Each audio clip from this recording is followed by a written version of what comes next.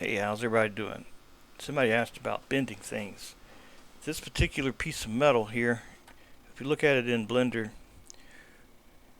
it's just that's all it is. Where there's triangles made, those places will be what bends. Now I realize that's not really what you want to have it bend like. So before I started this video, it did look like this. We delete that edge.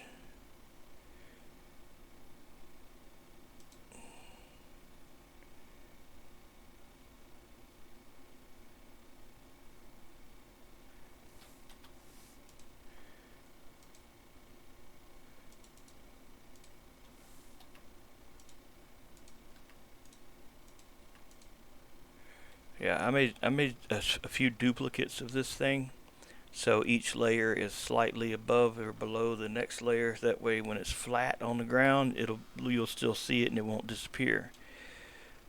So we only really need to do this to one of them, but let's go to the texture view, and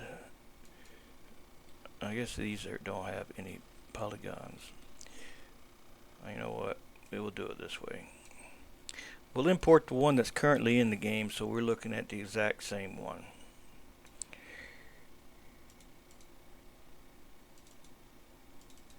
Alright, so that's the one we're looking at from the game.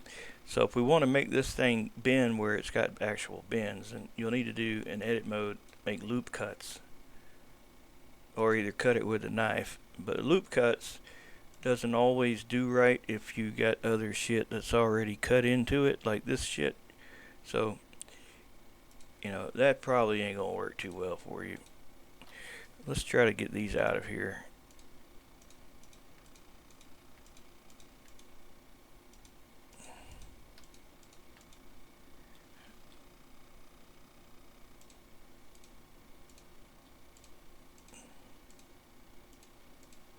I think I got more copies than what I meant to have.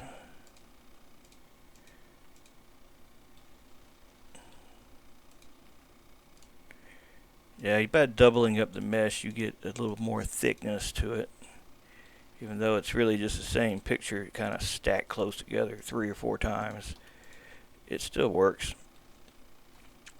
So now we got to kind of put polygons on here because I think there ain't any at this point. And the texture. Well, we need to probably unwrap those UVs.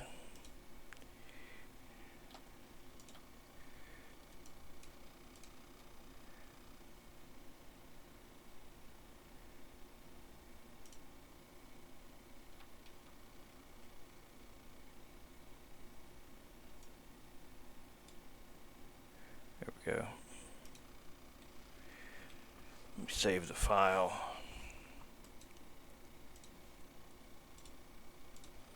Alright, so you go to edit mode and you put loop cuts. Loop cuts just basically your cuts. And they may not be where you want them to be. That's you have the option to grab a loop cut and move it by selecting it and going to edge, slide, slide.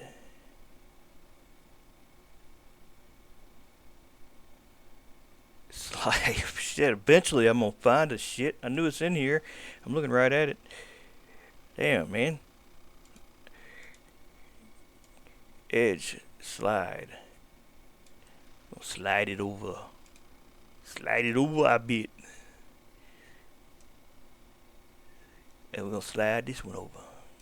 And the other one, and the other one. So that all these cuts are all in right where they need to be. Where they need to be is up to you. You don't have to cut it at all if you don't want it to bend at all. That's fine. Some folks don't like things bending. I understand that too. We need to add a couple more. A couple more. You see, we don't have enough. Be sure when you add them, if you don't forget to pick that selecting tool, or you'll keep adding them. So we're going to slide this one down and the other one down, and then we can evaluate what we got.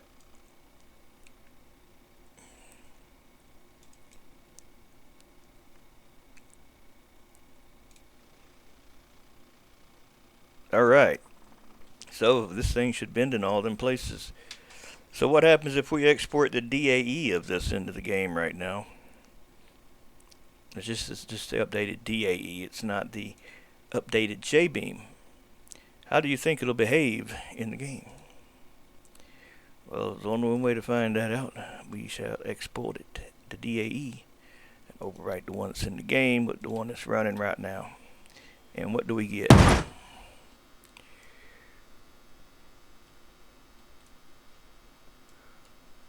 Well, as thought, there's nowhere for it to bend. If I look at the beams of this thing, the only beam it made was the one beam that connects those 2 points, which is what it's going to do when you export a quad. It's going to triangulate it. So, but that ain't what we want. We want it to export that stuff. So what we have to do is export this as a J-beam with those new cuts in it, and then put those new J-beam in the old J-beam. That makes sense. So we're overriding the old one with a new one. So going into the exported folder where that mod's at, and we see JBeam exported, and that's our new exported one. Now this one's different from the one that's in there now because this one has all the extra cuts. So we need to go to the old one and remove its nodes and replace with those nodes. See, the old one didn't have but 4 nodes. Now this one, having all them other cuts in, it's got 15 nodes or 16 nodes. And then the same thing with the beams. I need to put them in there. And then the triangles.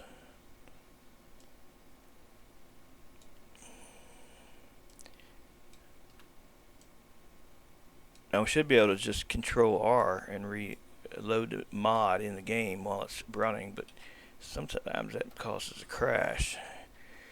I don't really know why sometimes, and sometimes it don't, and sometimes it does. So you can see now we have our metal that can fold in all them places. I'm sure y'all love looking at that texture too. I know it.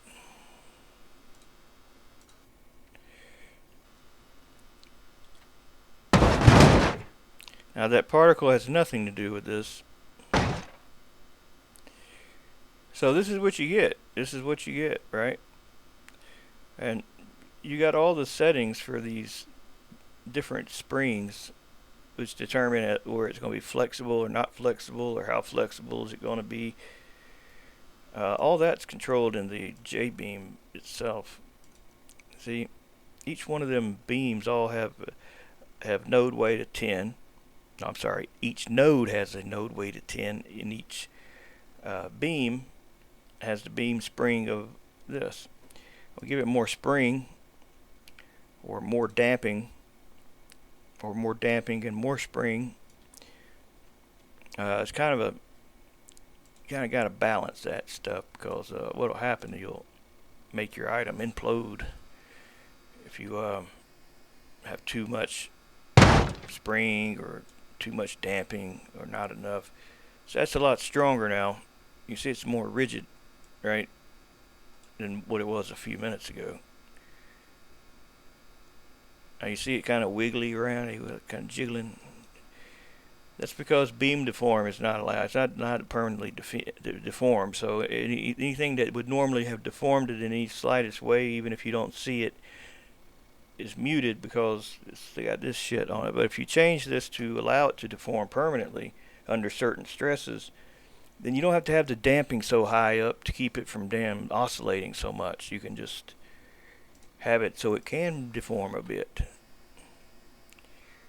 I think one of the cool things about one of those dummies, the one that Mitch made, when I first started messing with the thing, I realized, like, damn, this dummy could take some damage.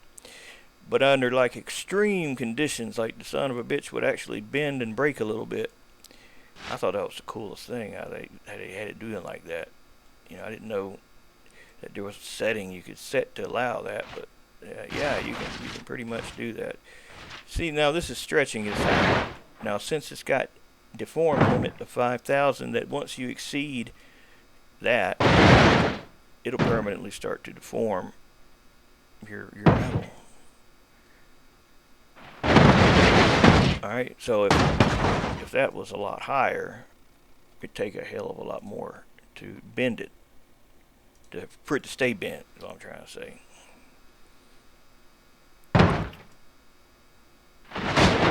It'll still bend, but not nearly as bad. But alternatively, you can put the FLT Max. You can not have to worry about it bending permanently, but you got to worry about it oscillating. And that's where you got to figure out your damping for the amount of weight it is. Now, I ain't good in math, so I have no idea if that's 100, then how high the damping can go. Maybe it can go up to 10,000 if that's 100. I don't know. But you'll find out when you reset if it implodes or not if you went too high. It'll just pause the simulation, and the thing will just, it'll do an ocean gate on you. It'll just implode. There won't be nothing left of it. So I will crank this up to, say, 100, and yeah, that's going to do it. See, pause. Pause. You see, that thing's exploding, imploding so damn fast, you can't even, it's not even perceivable.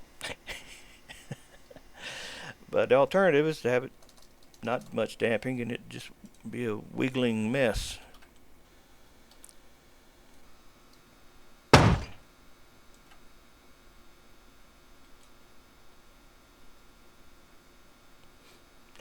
Let's spring also.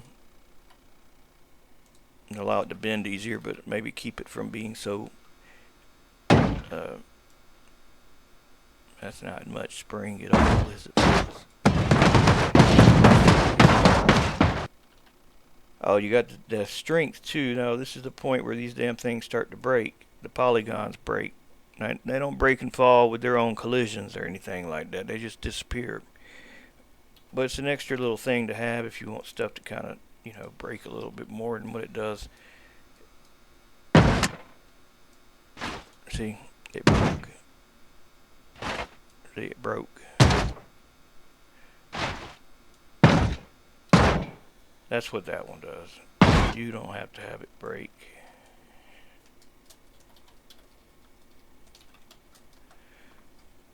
So I think that pretty much should answer the question about how to bend these things. Or how I would bend it. And like I said, the weight and all that stuff matters. So if you want it to not weigh much, then it can't have as much spring or it's going to implode. That should be good though for that.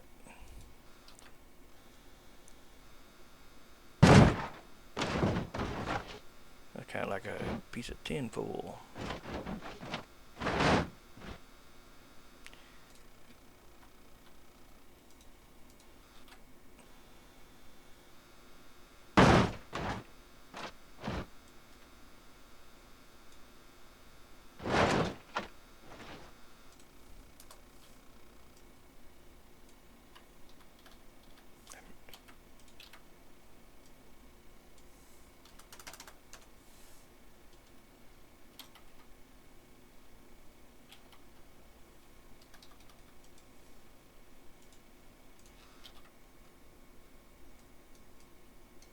Well, we're getting a good lock up here, so that's it for this video.